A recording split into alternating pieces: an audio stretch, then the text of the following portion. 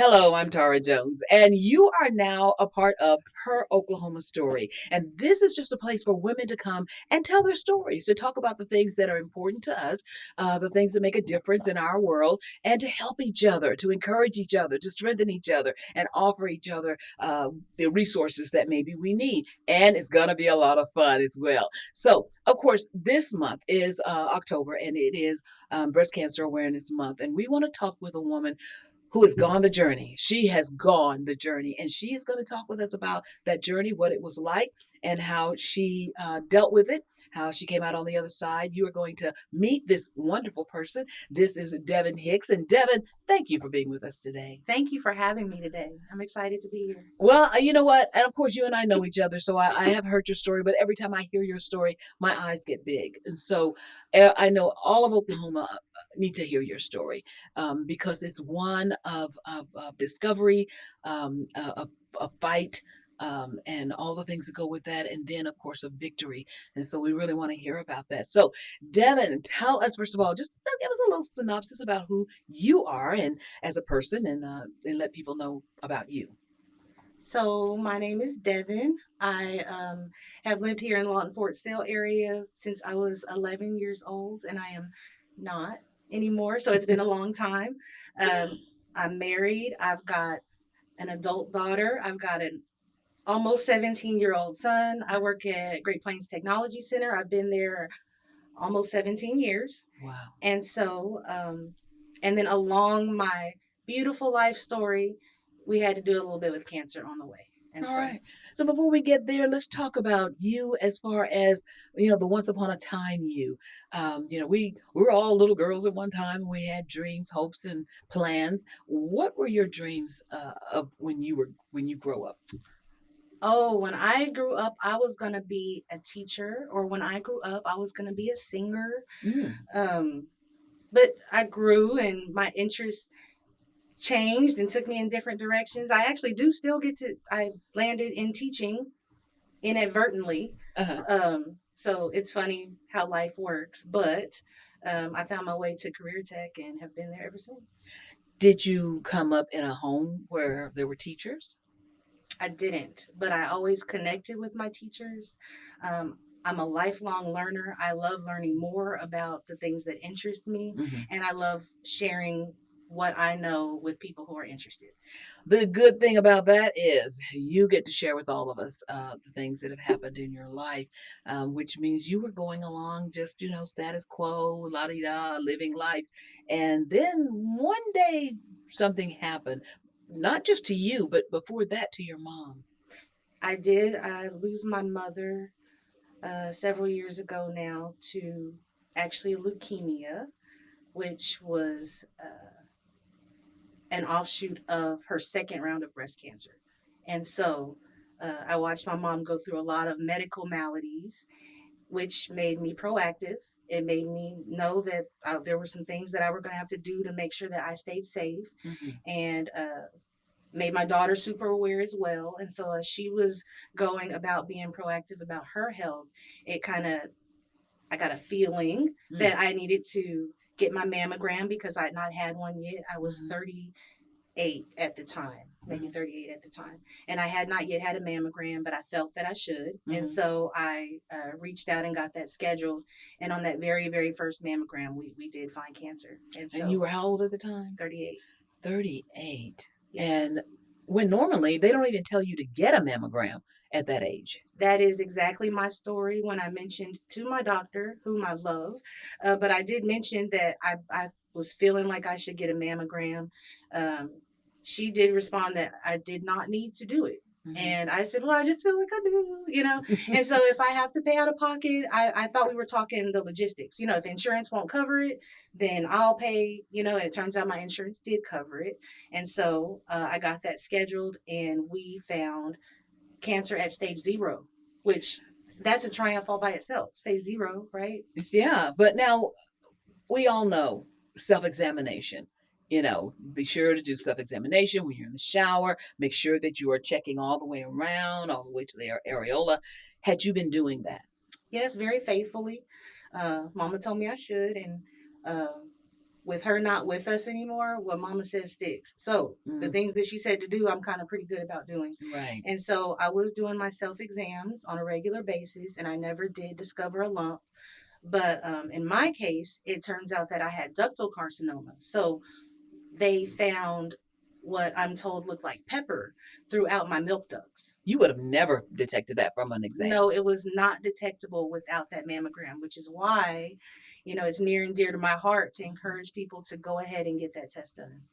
Wow. Now the I envision when you say that the pepper sprinkled throughout, so they had to be very tiny. Very tiny. I mean, the cancer cells themselves were not notable. They were not detectable. This is what you could see on imaging. Mm-hmm. And I would also add that it progressed very quickly in that I got the news the very beginning of January, and I had my surgery in March, the very beginning of March. Mm-hmm. And by then, the tissue that they removed was at stage 2. Oh my goodness. Yes, ma'am. Now, when you say surgery, are we talking a mastectomy? Yes, bilaterally. Bilaterally. Yes, ma'am. We did only find it in one, but we took them both. You're 38 years old. You have young children. You're married. You're already dealing with cancer, and now you're making a decision for a double mastectomy. It felt like the best option at the time. My mother went through breast cancer, and then it mirrored, and this was back in the 1900s, and so the guidance was not to just take that other breast, right? And she did ask. She asked at the time if they could go ahead and do both of them when they discovered the cancer in one. But we didn't know as much then as we do now, and so she was told no, and then she went through the process a few years later. So when I asked, I had the good fortune of a doctor that said, absolutely, let's do that. And so I got to move forward. That makes all the difference in the world, to have a doctor that is listening to you. Yes. But you advocated for yourself. I did that. That's vital. Take us back. You are sitting there in the doctor's office for the first visit. Yeah. And they say that word, cancer. I mean, what happens there? What happens in the head? What happens in the heart? What happens? In my case, my first thought was, oh, my family. We lost my mom. We lost my sister-in-law, who's a little bit younger than me. We suffered a lot of losses. And I felt like when my husband and when my children and when my grandmother heard these words, it would just send them. I was like, how do we mitigate this response? Like, what do we do? Yeah. And so that was my first thought. Those were my initial thoughts. Is how do I get them through me having cancer? Oh, yeah. That's because we are super women and we always think about everybody else and not ourselves. And at that moment when you would have been perfectly justified to think about you were thinking about everybody else. But not because I'm Superwoman. It was an action item for me. It gave me something to do. This is where I can affect change. This is where I can do something. And a lot of what cancer and other illnesses does to you is makes you feel helpless, makes you feel powerless. And what I can do is take care of my family. Wow. And so you went into autopilot? I did. And I had a lot of support. I have a lot of community. I had a lot of love and a lot of people who know me, and they know how I think, and they know that the best way to care for me would be to care for my kids. And it was my daughter's senior year. My son was just starting middle school. This was, I really appreciate all the support that I had and all the care that I had from my church to my coworkers at Great Plains, to friends that I made along the way, family members in other states. This was smack dab in the middle of COVID. So people couldn't go with me to doctor's appointments. It was me, they could wait in the parking lot for me. Right. But it was a lot of having to be by myself anyway. Oh my and gosh. So I appreciate all the ways that people showed up for me. I remember you telling me how one person showed up for you and they just noticed your smile. Yes, that's going to be Miss Cheryl. She sits at the front desk at my job, and it's my pleasure to see her in the mornings. And she did pull me to the side after I returned from my time off in recovery. And she did mention, I just want to mention, your smile is not reaching your eyes, and I'm worried about you. And she she wasn't wrong, and I will forever be grateful to her. I will always call her name because I needed to hear that. My first initial reaction was, I can't even fake it anymore. I was Oh. so frustrated with myself. But the truth of it is, we often forget to address what happens after the treatment, what happens after you ring the bell. There's healing that still has to happen. And to that point, I had not addressed my own mental health and emotional well being because Still, the because answer was you're still always, yeah, taking care of everybody and making sure they're okay, yeah. and stuff. But what was happening at home to you? So those last couple few weeks of recovery, my children had gone back to work, back to school. My husband had gone back to work. Uh, it was quiet. And I noticed that every day about 3 o'clock, just before they would get home, I would turn on the lights. I would turn on the television. I would move things around so it looked like I had a whole day. But all the way up until then, I had not turned the light on. I was not reading books. I was not watching television. I was just existing in the dark all day.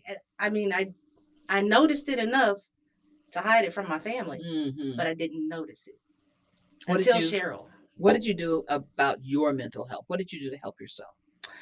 I started counseling. That was huge for me. I'm I'm so grateful that I did.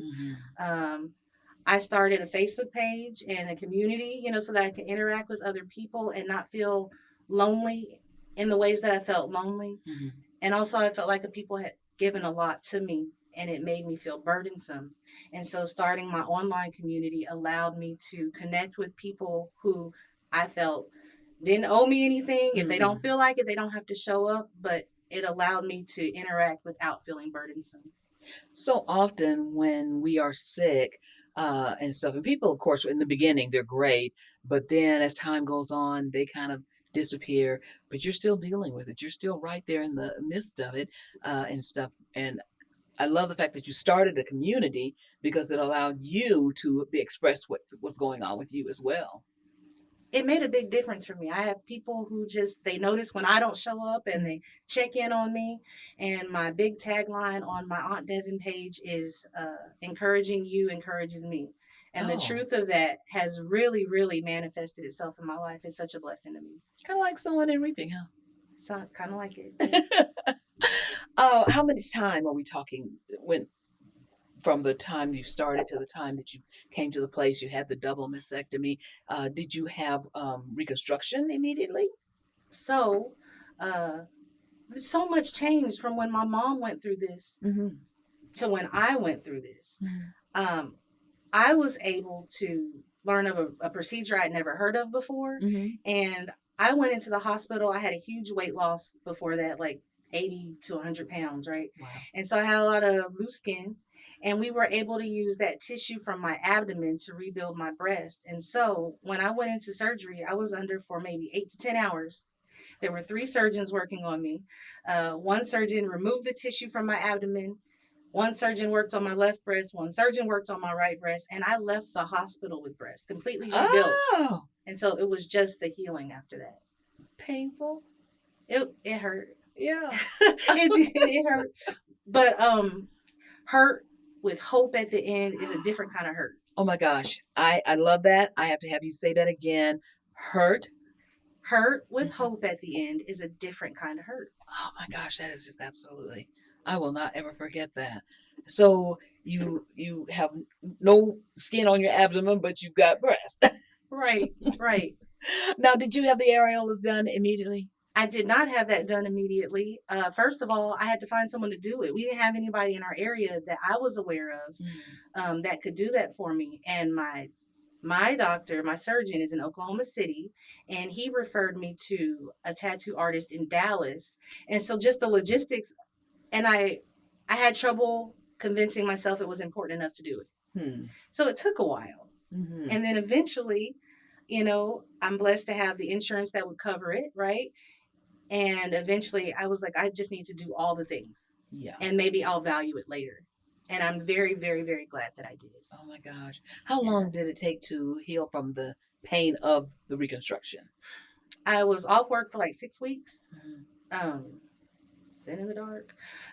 Sitting back in the dark again?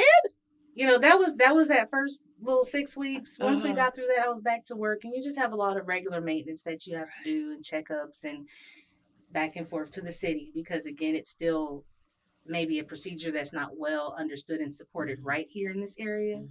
But I've got good doctors. You know, so often we forget about the aftermath.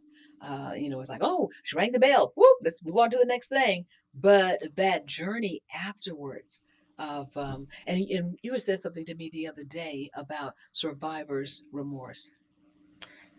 I'm still working through that piece. You know, as I navigate my day to day, I'm here. Hmm. I made it. Hmm. My mom is not here.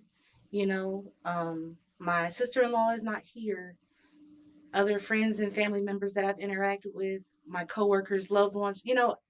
I sometimes feel like I get to be here and they don't. So what am I doing? What do I do with it? And the overwhelming feeling of responsibility or like something is owed because of that. And I'm not certain that that's the case. I'm not certain that's how it should be. But Yeah. those are the kind of things that I struggle with. Just making Why sure that I'm a you? good steward of Uh-huh. this life that I've been blessed with. Oh my. So often, again, we don't think about all the ramifications and to think about that there would be a guilt because you made it.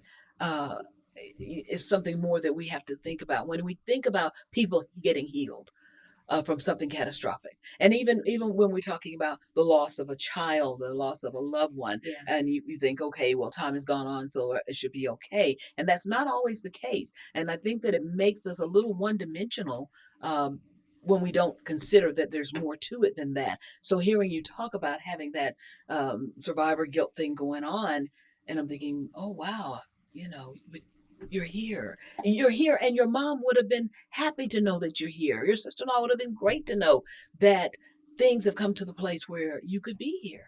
And I do understand that, and after having moments like this, it inspires me and it invigorates me and it empowers me to speak more and to share more. But as I go along, it starts to feel like I hope I'm not triggering someone else to feel Mm. something. I was so excited about my survivor status. I was um, sometimes I want to share about how much I miss my mom, but Mhm. then I'll meet someone who just lost their mom. And Mhm. I don't know if the words I'm saying are going to make her feel the way maybe my last interaction made someone else feel good. Right. I'm, I put a lot of thought into that in a way that it's maybe not even always appropriately. Speak appropriately and let it land where it may, Mhm. knowing that your attempt is to first do no harm, Yeah. right? But And it don't you glitches me think that sometimes. sometimes maybe immediately and maybe it might not be appreciated, but those words have a way of coming back when someone needs it the most. And stuff. I know that as I have shared over the years my journey of losing my daughter, and I think in my mind, oh well, people they know that, da da da. And then I'll meet somebody who's just fresh off the pain and they are just bewildered. They don't know how am I going to deal with this? How do Yeah. I feel about this? How do I work through this? Do I work through this and stuff? And then I remember those feelings, and I always feel like that the more transparent that I can be, it would help somebody else and stuff. And yeah, there's anger. We don't want to hear it. Leave me alone. Go away. Jump in the lake and Yeah. stuff. But then they know that you're real. They know you're genuine. Yeah. I think that authenticity is the like first Hmm. ingredient in true connection, right? Hmm. Hmm. And sometimes there's things intellectually, and I truly know that I believe it's my calling to share some of the things that I've been through. It's the answer to the why me. It's my Hmm. answer. It's me because it's supposed to be me. It's Hmm. me because I will tell the next person. Hmm. It's because I'm not afraid to share my story. And so I do know that sometimes you get caught up in distracting thoughts. Hmm. And that's why, as much as I want to encourage my community, I want my community to encourage me because it's the reminder that I often need. Like, I'm not there yet. I am Hmm. a work in progress, and it is my blessing and my privilege to continue to progress. Even as you're here talking to us today, is my hope that this does not put you in a place of, oh, I just want to be left alone. I just, and stuff. That it is that you know that how valuable you are to tell other women in the Sooner State that, hey, it was hard. Yes, it was a rough road. Yes, it was painful. Yes, and I'm dealing with some things right now. Yes, but I'm here, and they can be as well. And so I hope that, because I think about that when I'm interviewing somebody. I don't ever want to trigger anyone, but to know that you are such a valuable piece of Oklahoma right this moment, and No, Oklahoma women. just thank you so much. For me, when I get to share, it is a feeling of walking in my purpose. It's a feeling of that when this does air, someone might be cooking dinner and not even really listening to it, but it's going to land for who it needs to land for, Mm-hmm. and it's a blessing to be able to do that. It's a blessing to be welcomed onto your platform to be able to do that. Tell me about now. So what are you doing? I mean, have you gone vegan? I hear a lot of people go vegan when they go through this. Have you gone vegan? Have you, uh, uh, you know, what have you done? What's the change in you, and how do you maintain just good health? Um, so trying to maintain my healthy weight is the constant energy that I'm putting out. Mm-hmm, mm-hmm. I put together a good vitamin regimen that I think to address the things that I need, not necessarily related to cancer, but I'm not as young as I once was, and some of that needs some attention.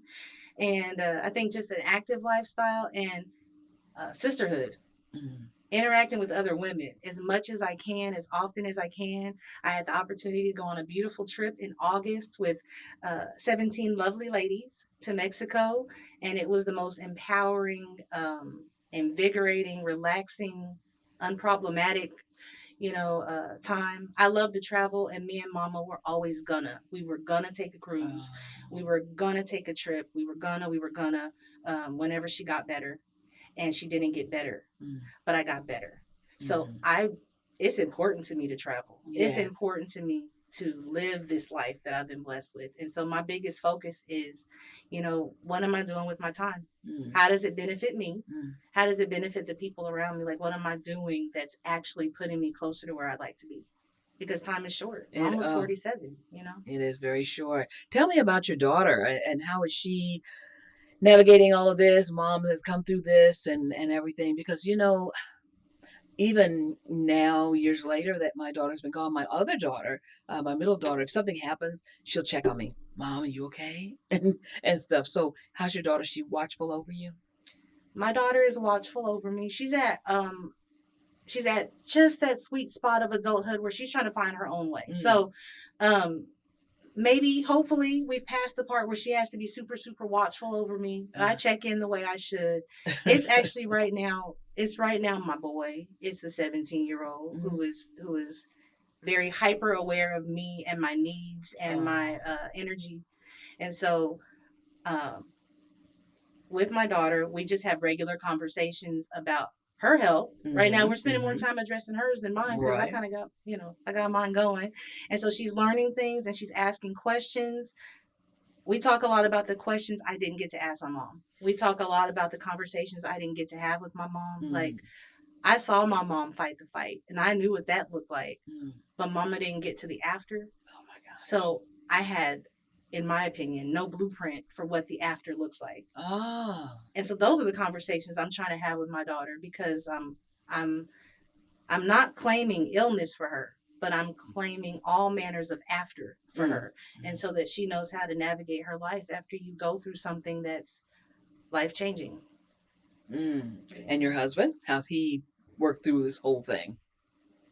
My husband, I think this was really emotional for him. Mm, No, silly. I know it was. He suffered the losses. Like he's the one who suffered some of the hardest losses, right?